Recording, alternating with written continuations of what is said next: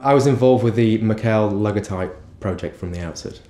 It was briefed in by Bruno, I believe, at the time, and the idea was to take this very well-established premium juice brand logotype and refine it, really, and do something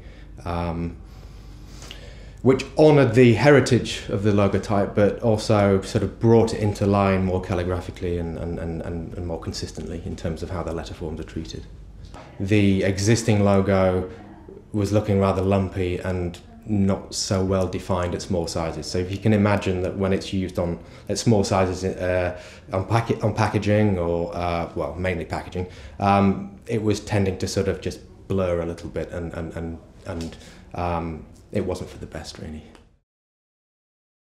The first stage was really just a clean-up, just to get the look and feel of the more refined look and feel, if you like, of the letter forms, and then the next set of development was really looking at maybe changing a few things in terms of details, just to push it in a different direction and just sort of test the water in that respect.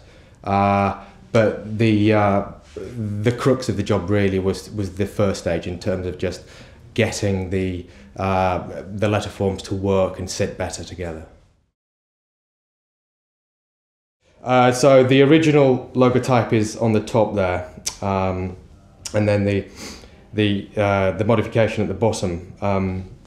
We can see sort of clearly, really, what's happening is that we're sharpening up the connections. So these connections in the original are quite lumpy, they're quite dense. Also the apexes of the M are very, very heavy, and these were really filling in at small sizes.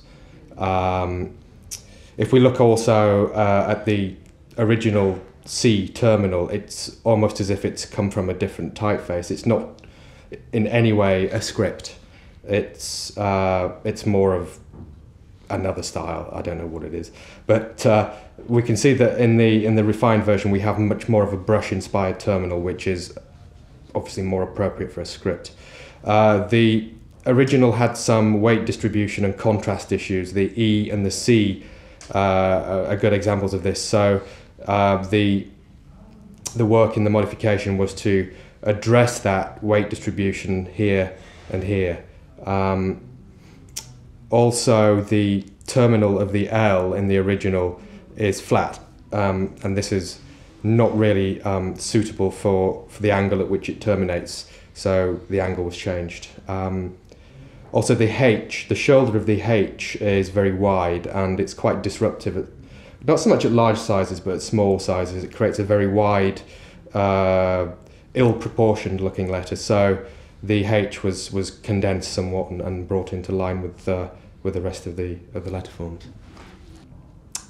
Yeah, and there were some changes to the ascenders of the H and the L, just to bring them more into line in terms of the angle of inflection compared to the original. It was on and off for around 4 days. So the first iteration, the clean-up stage was around a day's work,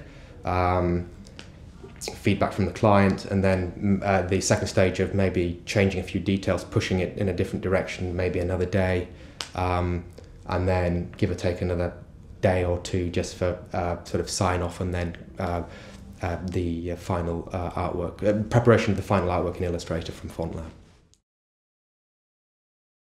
I do often get involved with logotypes.